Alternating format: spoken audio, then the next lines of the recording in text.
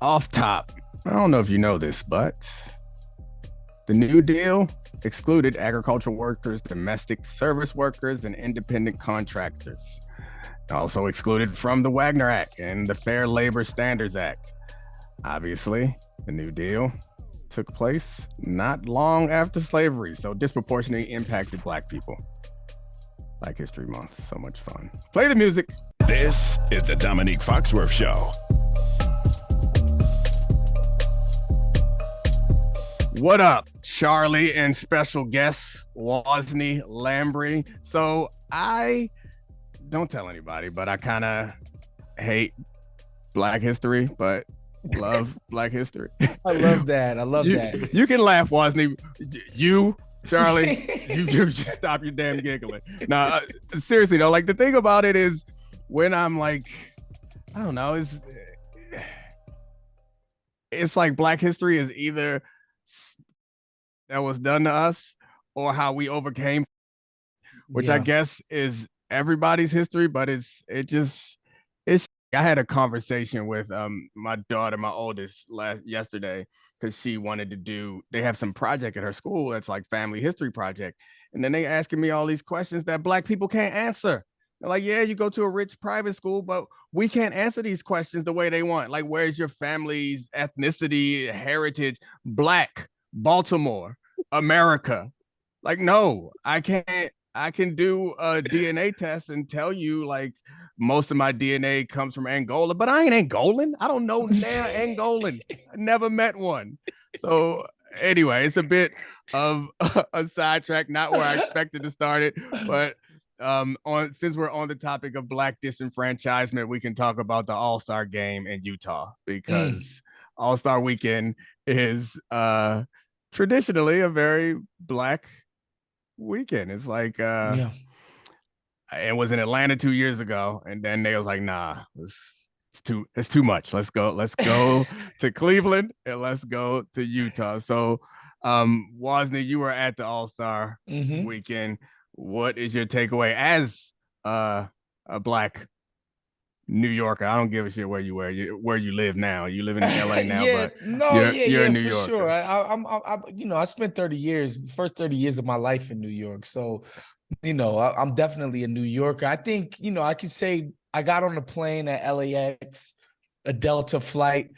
Kid you not, probably about 4 other Negroes on that flight. Like going to Salt Lake.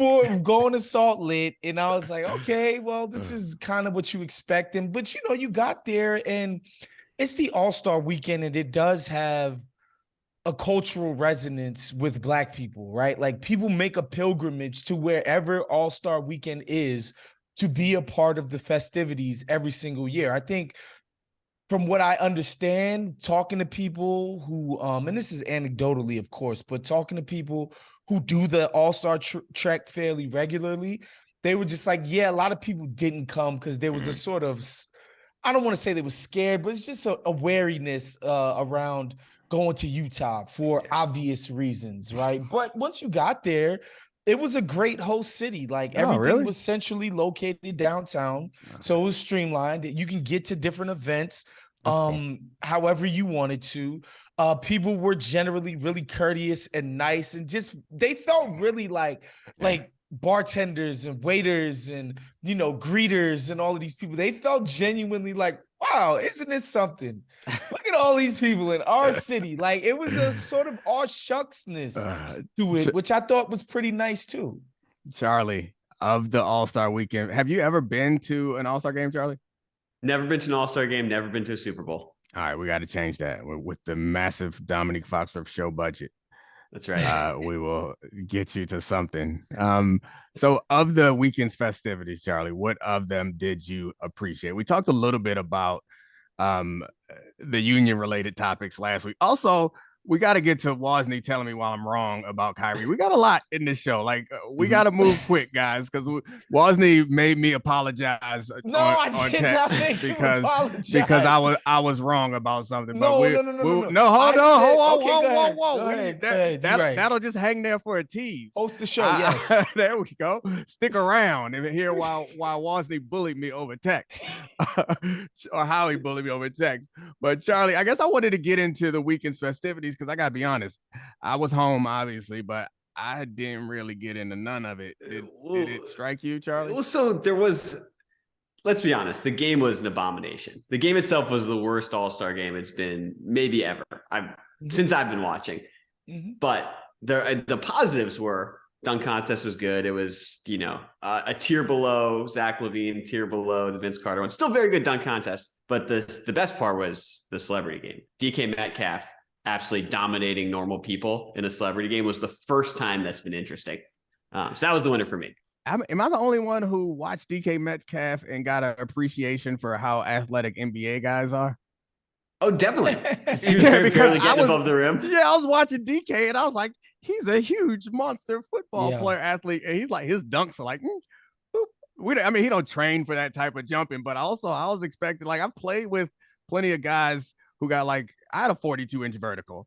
So it's a stun on him. I could jump. I couldn't dunk like DK, but I could jump. And I remember there was a 6-foot receiver in college that would do 360s regularly. It's like, I've seen some pretty impressive athletes, but watching DK play basketball, I was like, oh yeah, he's a great athlete. But damn, them NBA guys are a different animal altogether. Yeah, 100%. And I have a confession to make for you guys. I didn't watch a second of the celebrity game. I didn't go to the arena. I didn't watch it on TV. I'm not gonna watch a bunch of guys hoop that I'm better than. I'm washed, by the way. I'm cooked. And I'm better than 9 out of 10 of the people participating in that game. Monet would have gave you the business. See, that's my favorite part is I usually go into that game being like, how many would I score in this situation? Got you. Which is great. And some years it's a lot. I got my brother-in-law called me yesterday to invite me to play basketball with him and some of his friends. He's in his late 20s now. And every time someone invites me to do something athletic, I want to, because I'm an athlete. But you know what maturity is? Maturity is saying, nah, we're getting close to spring break. Can't afford an Achilles tear with my own ass. Yeah, I'm done. I'm retired from competitive sports, and it's going to be fun. It's going to be what it is, man. It was probably around 10 years ago where one of my best friends, he was like heavy in the LA fitness hoop community back in New York, and he broke his foot. He broke his foot. Hooping at LA Fitness for nothing. That's the bad part, man. You don't the shame you feel when you go into your office on crutches with a boot and they're like, what happened? And you're like, it was a real hard game at LA Fitness. I came up limp. I'm out for 8 weeks. Yeah. Out from what? Out from what? Yeah, I have no interest in it. But yeah, like, honestly, Domonique, people hit me up about these runs in LA. I'm like, guys, like, I'm just gonna hit the elliptical. I have a treadmill at my gym. I'm good. I don't need this cardio. I don't need nobody falling on me. Also, to be honest, I don't feel like being competitive. Yeah. Like, I'm gonna really want to win. I'm gonna be pissed if I don't. Like, I just. That's the thing, because he tried to lure me in by saying, "Yeah, just take it light." It was like, I don't think I can. That's the problem. That's not like once if we keep in score, it's gonna be hard. Like, I'm gonna try to jump. I'm gonna try to steal. I just can't just. Like, I'm gonna give hard fouls. I don't believe in this layup nonsense. All right, now you done gone too far. I can't. I'm not hard fouling nobody. I'm a contest, but I'm not gonna hard foul them. Nah, you getting raked right across the forearm. That, like, maybe not every time, but a couple of times. You're gonna try to take it to the rack and I know, foul. I know, I did it. So you give it to him. At least you don't make him call. Of course. I also feel guilty. I never call fouls, but that's like, it's like, I mean, if you foul me, you're gonna give it to me. If you didn't foul me, then we're gonna keep playing. I'm not gonna call fouls. But I got to look on my Twitter because a listener called me out and was right about how the the playing game impacted competitiveness, but I got to find his at. But while I do that, Wosny, you can go ahead and tell the people how you eviscerated me over text. I'm just trying to mind my business, and you pretty much told me I was stupid. Well, no, that's exactly not what happened, right? So I'm a faithful listener of the show. Appreciate you. That's the only reason why you're on too, because I don't ask people because I hate people. I hate asking for things, and everyone's like, "Why don't you have guests?" Like, I'm not gonna ask nobody. Wosny text me. So and I was like, hey, you a guest? Boom. Yeah, 100%. I'm a faithful listener of the show. And because I had listened to prior episodes and Domonique was like, look, I'm going to make it a point to try to be fair to Kyrie Irving specifically, because there is what some people could describe as been a pile on Kyrie, right? Because of his antics in media, and sort of his antics on his own social media. I think, I understand that impulse. Like, I really do get it. I used to have this group of players that I would call the Wosny Cape All-Stars, where I would just put my cape on for people like Alex Rodriguez and Barry Bonds and, of course, LeBron. And I remember when I retired the cape, was Dwight Howard, where I was just like, nah, Dwight's not that annoying. Like, he's actually pretty endearing. And I was like, no, I can't. This guy is the absolutely most annoying athlete possibly of my entire life. But I say all of that to say, like, I understand where Domonique is coming from. You did now. I got podcast Wosny.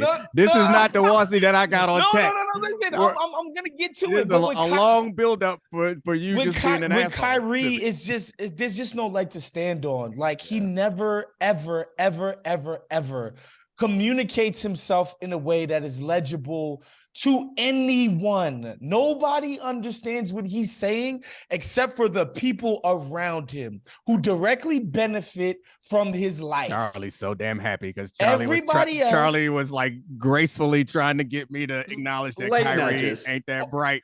And he's happy. To be honest, Charlie, it was funny that Domonique is doing this.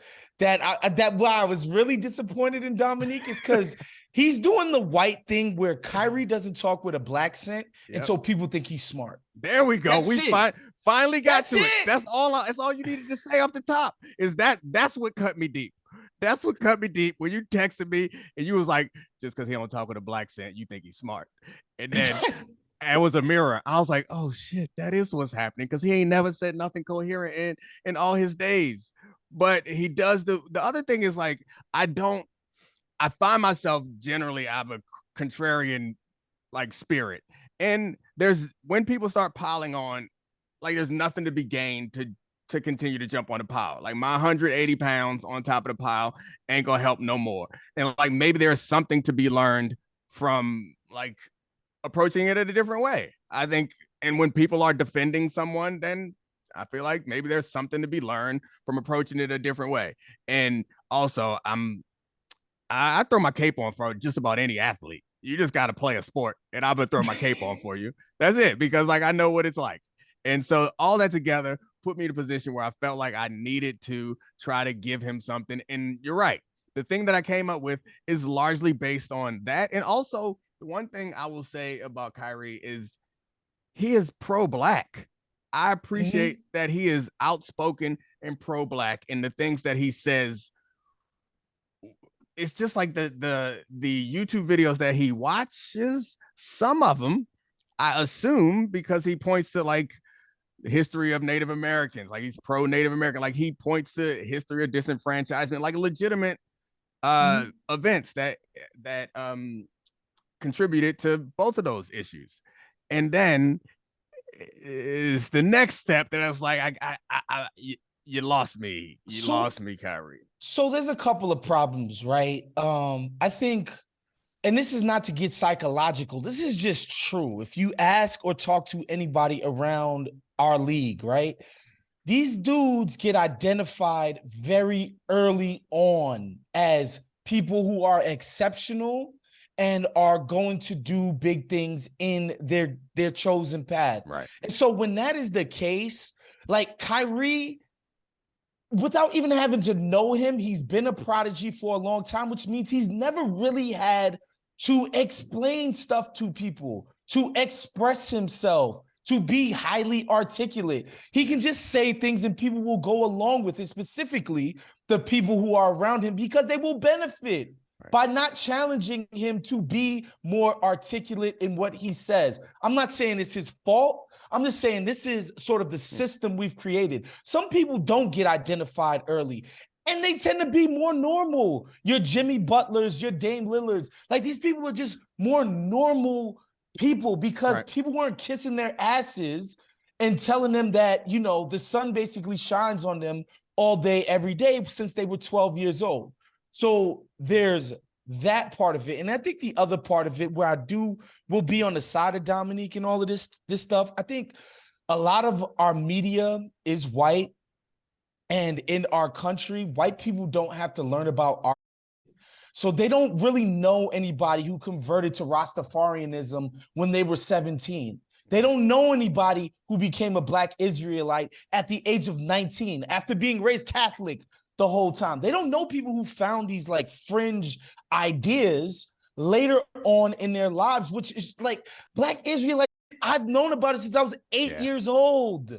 Yeah, like I literally knew it was a joke. people. It was a joke amongst my friends since I was a kid. And you, Black, grew up in New York. You know the fringe of the fringe. I grew up in Baltimore, so I don't quite have as many experiences as you. But yeah, I remember the barbershop, which is it's such a cliche, but that's normally where the fringe believers hang out, right around there. Dude, let you know what you should understand.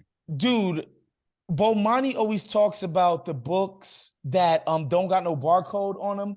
This is what we're talking about here. Yeah. These beliefs, and it's not to dismiss them or belittle them. It's just for me how I receive I'm an actual Israelite message. It's like this shit is so old hat and so easily dismissed. I don't realize that to a bunch of people, they're like, it's brand excuse new. me? Yeah.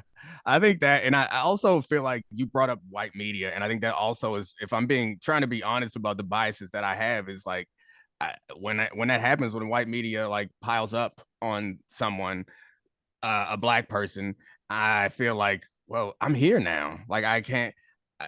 15 years ago, I would complain about how they don't understand and they don't treat them fairly. I'm here now. I should be the one that's doing that. And it's like I was searching for something to say positive about Kyrie because it's hard to find something positive about Kyrie. And I fell into the trap of being just believing that because he went to some schools that taught him how to speak, that means that he's bright. And also, like, in my defense, I like curiosity, and like he does seem curious, and I respect people who are curious. It's just he's not curious enough. But anyway, I did want to shout out my man who corrected me on the internet at The Real Deal WDA. That's the guy. He has his own podcast too. That's the guy who pointed out that I was wrong about the play-in tournament impacting, but I'm right about everything else. So that's all right. I give you one win, Damien.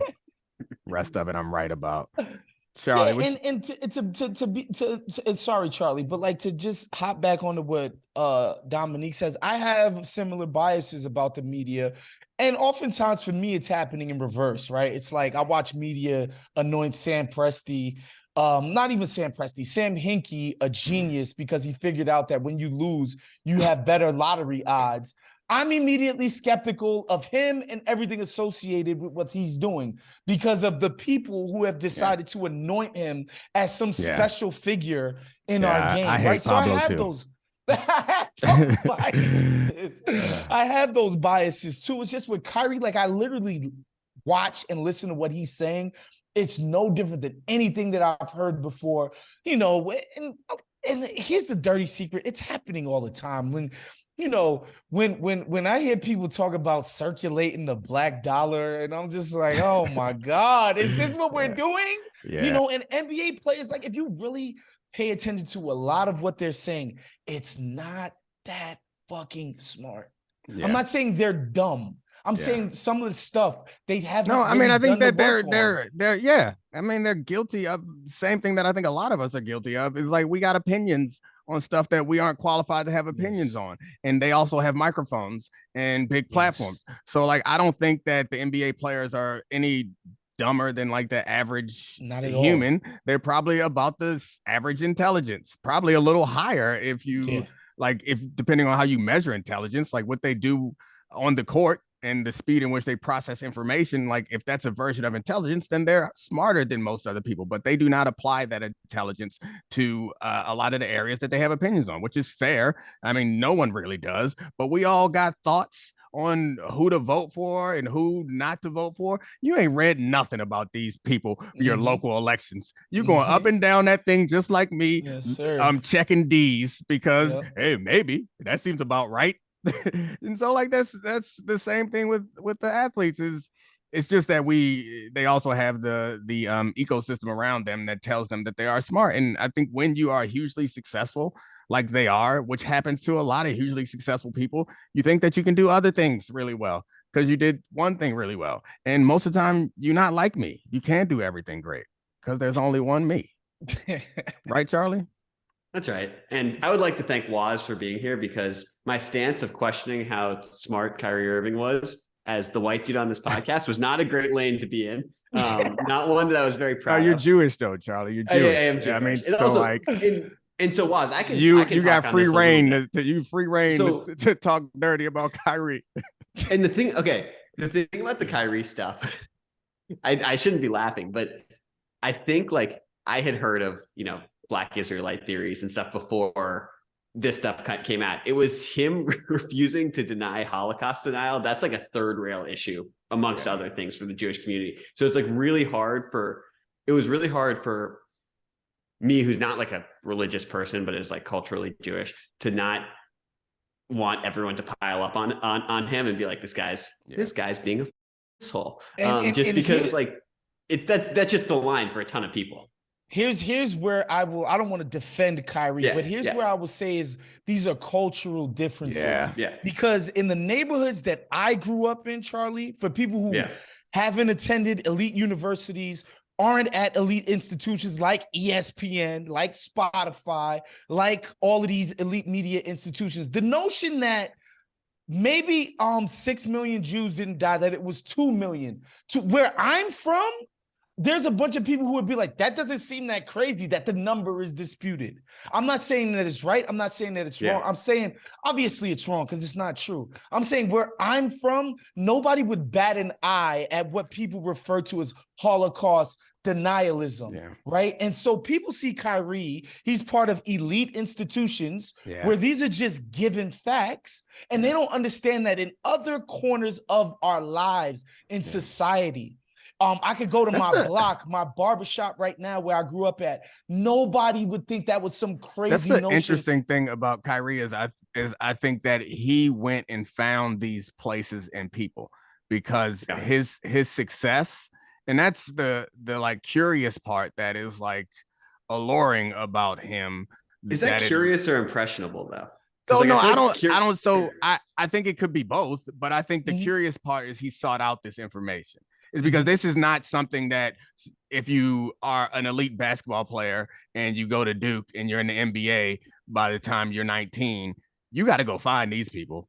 These aren't people that, like to what Wosny was saying. And so like the Holocaust denial stuff is not something that I remember a lot of from where I grew up. But I do remember a lot of like Black culture comparing themselves to Jews. And it was always like with a hint of reverence and anger, whereas like, you see how they did it, this how they did it, this how we need to do it. And also then it's like, but they're white and they've used this pressure and they've stepped on it. Like it's that stuff that like, that's the foundation of it, where there's enough like concrete differences in like success and achievement and access and privilege that it's something to grab onto. And then from that, I think what spirals into the more like dangerous and insidious things that Kyrie is a part of. But like I can't bat an eye and say that I haven't heard at least 100 times somebody say like the Jews reinvest in their community. That's why. And it's like, and the way you hear it, it's like it's saying a couple of things. Anyway, I'm sorry to ramble. To your point, I never, you grew up in a different time, and you hear jokes that are like, would now be considered anti-Semitic jokes. Yeah. I never thought of it because I didn't ever think anyone telling those jokes growing up in DC was anti-Semitic, but I also never considered Jewish different than white until about 6 months ago. And it still is white, but you're like someone, you know what I mean? Like you're white passing, but I didn't even like consider there being like cultural differences because I was only like born Jewish religiously. I never thought of it as anything other than just like, oh, you're just a generic white dude who lives normally. I don't know. I'm not doing a good job of explaining it, but I know. No, I get exactly what you're saying. I think it makes sense. I know what you're saying 100%. And again, this is where I feel sympathetic to what Domonique was trying to do on that episode, in the sense that there's an ignorance in media amongst white people and don't even know what something like Nation of Islam or 5%er Nation or Rastafarianism comes out of. The culture tells you that the blacks are dumb, lazy, desolate, poor, losers, X, Y, and Z. These fringe sort of religions, cultures, whatever you want to call them, the response to that when mainstream culture is saying that about black people is like, no, actually, in Africa, we were kings. Actually, the pyramids, we made the pyramids, and the Greeks didn't invent the Pythagorean theorem. We did. That's how we did the pyramids. Actually, black people are gods. Actually, black people are the original man. Actually, it's in response to something. Right. It doesn't exist in a vacuum. It goes back. It's full circle to the beginning. What I started with at the beginning of this, talking about how having this conversation with my daughter about our history stops at a certain point where other people's history doesn't. And that's like that, all that stuff that you're saying, Wosny, is an attempt to fill in that history. Reclaim it. Yeah. And it's an attempt, like me complaining that what Black history is a list of grievances and how we've overcome those grievances. Like the history that Wosny is talking about is a history that does not involve that most other people have. They can point back to and I don't know if it's most other people, but a lot of people have. They can point back to a country and a proud like lineage, whereas ours is much shorter. And I think that's what you see. And Kyrie has it motivates different things in different people. And for him, it like sent him down this path where it ends with like some hatred and Holocaust denial, but the starting point for all that is something that that's understand. What I would want people to like. That's the part of the conversation on Kyrie that doesn't happen because, again, an ignorance in the media, right?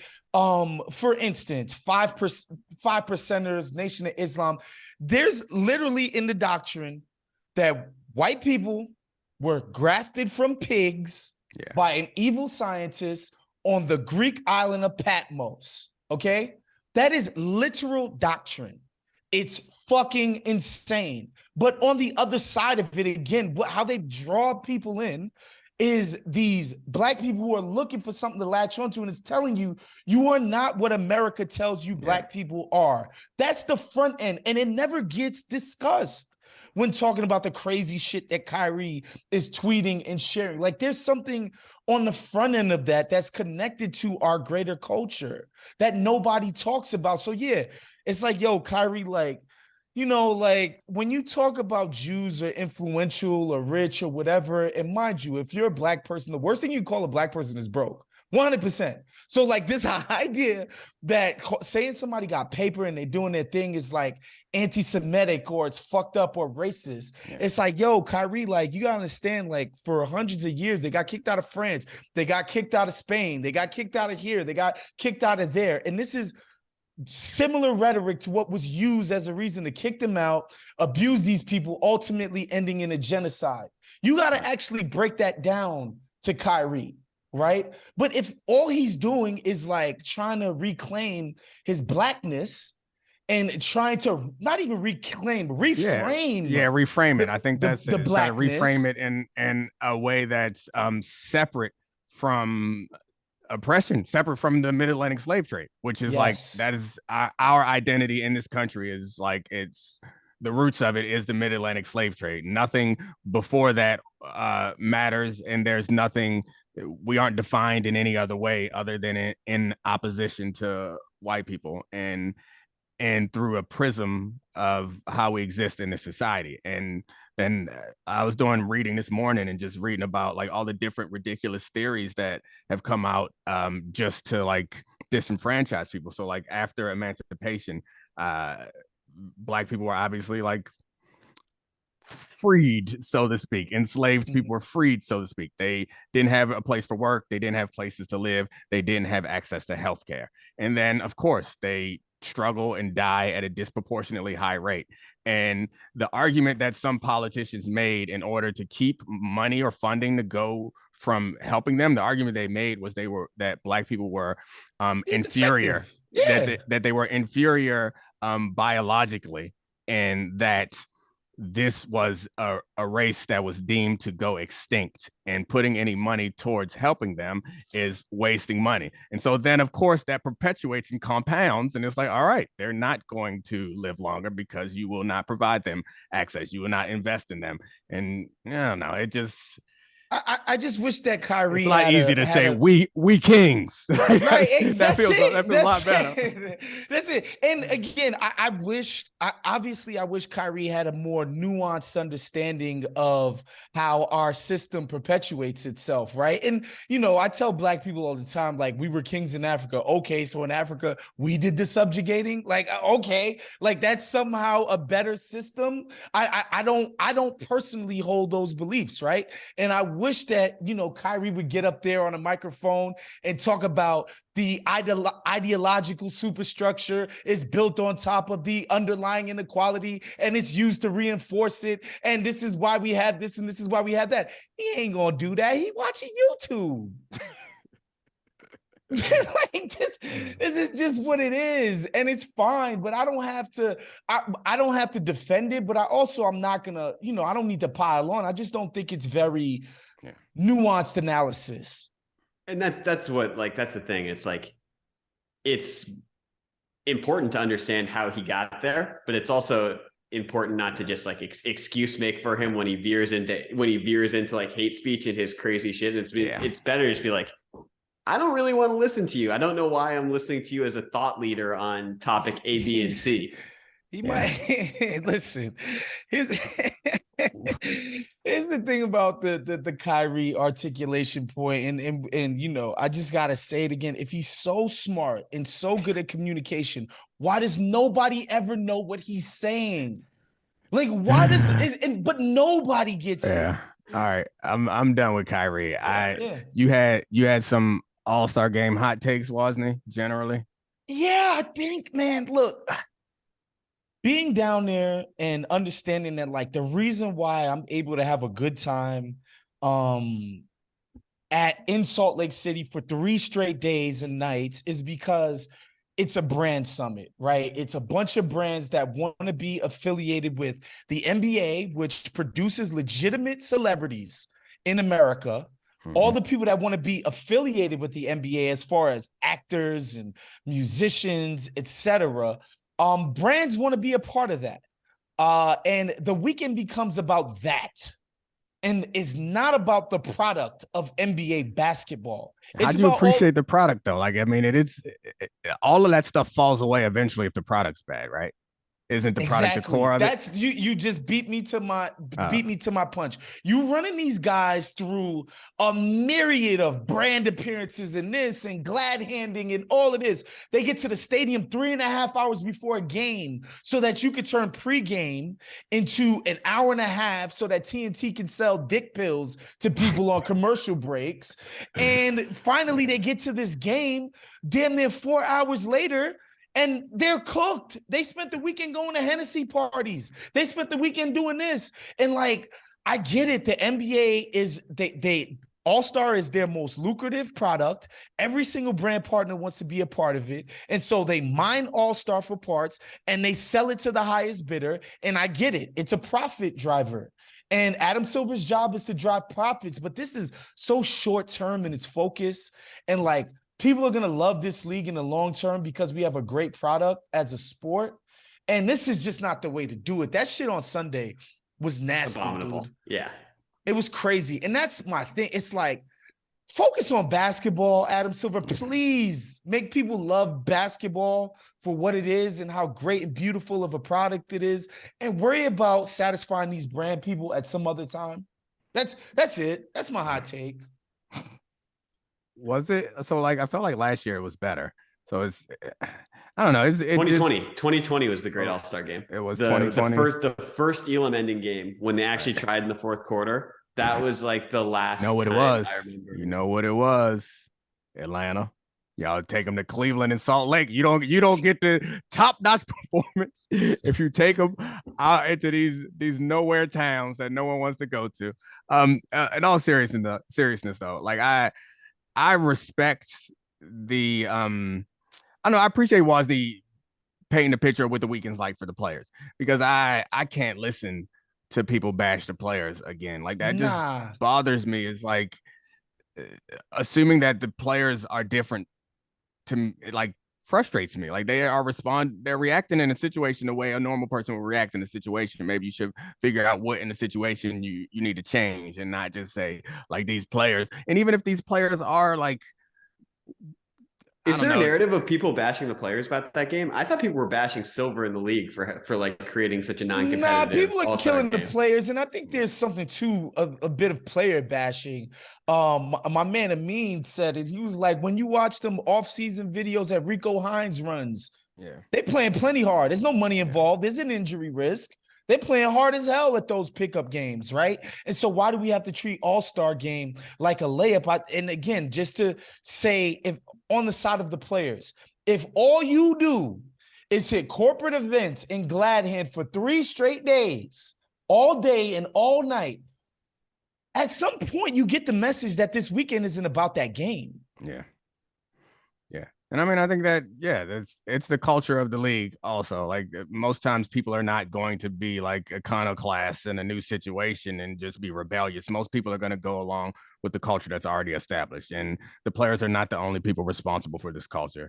And I would say that I think assuming that you can incentivize them financially to act the way you want, that's probably a faulty assumption. But what you really need is the buy-in of them to appreciate the value of it, and surrounding it with a bunch of other like ancillary events is not letting them know that what is important. The most important thing is the most important thing. So I don't know what the final solution is. I'm just here to defend the players, because I'm not going to listen to people talk bad about them and say that they're just selfish. And it's back in my day. And it was not the same thing. It wasn't the same thing. Again, like these guys had to be at the game 3.5 hours before tip. Okay. They do that weird. The draft is fine. I shouldn't call it weird. They do that draft.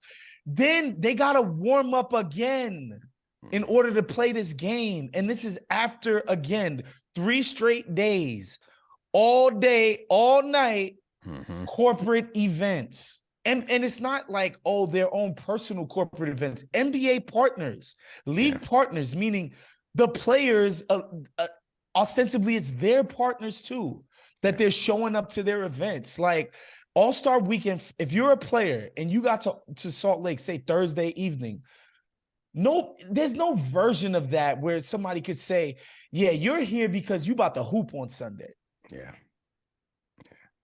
Can we just make it a one-on-one tournament that happens on Friday or Saturday through Sunday? And you have the 24 players selected, top 8 vote getters get a bye. We actually get to see guards play against big men and see who the best player theoretically in the NBA is. Give them a $2 million cash prize to the winner. Wouldn't that solve all of this? Well, you do 3 dribble to 3. Yeah, no rebounds. At the end of your shot, the other guy takes out. I don't know that solves all of it. I think it's at the end of the day, it's better to have a game, like a real game with guys interacting. I think the product of basketball should be sold to people. Yeah, and I don't understand why this is such a like revolutionary idea, right? Like the product of basketball should be sold. Now, if you want to do a 1-on-1, 2-on-2, 3-on-3 that replaces Giannis's G League playing brother in the damn skill competition, I'm all for it. But you should be playing a game, you know? I I mean, I shouldn't do this all the time, but I think I always kind of think about this like from an economic standpoint, where it's about like incentives and how they align, and it doesn't matter to the players financially how this year's All-Star game does, and like they try to change that in baseball where the winning team gets home field advantage to make it so like it matters to them. But what you're talking about, Wosny, is selling the game to people. The dividends from that is 10, 20 years from now, like Exactly. building a bigger audience. Yeah. And that's the difference between being labor and being management or governors or ownership. Like there's those interests don't align. So there is no benefit for a player to come in and play hard this weekend. It's not going to help his salary. It's not going to improve his team standing. It's like the reasonable, rational thing to do is to not like engage in this way. And like to bring up the offseason point, like that you could argue that the incentives there is like, we're not playing basketball right now. I'm using this time to get better. You can't argue that it's the same thing right now in the middle of the regular season. So I push back on you and Amin point is like, I get it. Yeah, they play hard then, but they're not doing it just for kicks. Like they're doing it to stay in shape for their job. And right now, the best thing they can do for their bodies, the best thing they can do to perform at the job that we're paying them for and the job that they actually care about and winning, the best thing they could do is chill out during All-Star weekend. And there is some middle ground. Not that they were overtaxing themselves in the past. There's some middle ground where we can get a good product, but how do you motivate them to get a good product when like you understand that the rewards are not for a long time off and they won't probably reap them unless they're in their first or second year? I think that'll be tough because especially this group of players, the players got locked out in 2011, but the next time a contract was up, they didn't even bother with it. They were like, man, we got this new TV deal, money rolling in. Like we don't even need to talk. Right. And so these guys have just watched their salaries go up unaffected by the quote unquote market dynamics. Right. Like no matter how well your product performs, blah, blah, blah. Like they're so insulated from market dynamics. Like, why are they to believe that anything would be changed in the future? I think the only argument is like, look, the reason why there is an audience and there's an infrastructure for the NBA as an entity to go out and sell and license this product to these people that want to pay billions is because people showed up to All-Star and did their thing. It's because people just put a beautiful product together to build that. And when it before you, and like the idea that you would just come after that and be like, I don't care what comes after this. Right. I think that's a bad attitude to have. Yeah. All right. Are we done? Got any more All-Star game discussion? Any other sports topics? I guess lastly, I asked Charlie so I haven't been watching a lot of basketball during football season. All-Star break is about to end. So, Charlie, my league pass brother, what am I watching? How do I get caught up quickly? Like, I know the general themes. I feel like SGA, I need to go deep dive on SGA. Those are some games I need to watch. What you got? Oh, yeah, he's awesome. Well, do you want the hipster pick or like the straight line, I can be ready for the playoffs, I need to know who's good pick? Give me the hipster pick. In the West, if I'm giving you a basketball hipster pick, it's time to get rid of the caveat. Everyone has this caveat with Jokic where they go, yeah, man, Jokic has the best stats, but Giannis is really the best player in the NBA. Mm-hmm. The interesting thing to monitor is if maybe 3-time MVP, maybe actually having the best team in the West, you could be on the front wave of the take. Not just the best stats, actually the best player.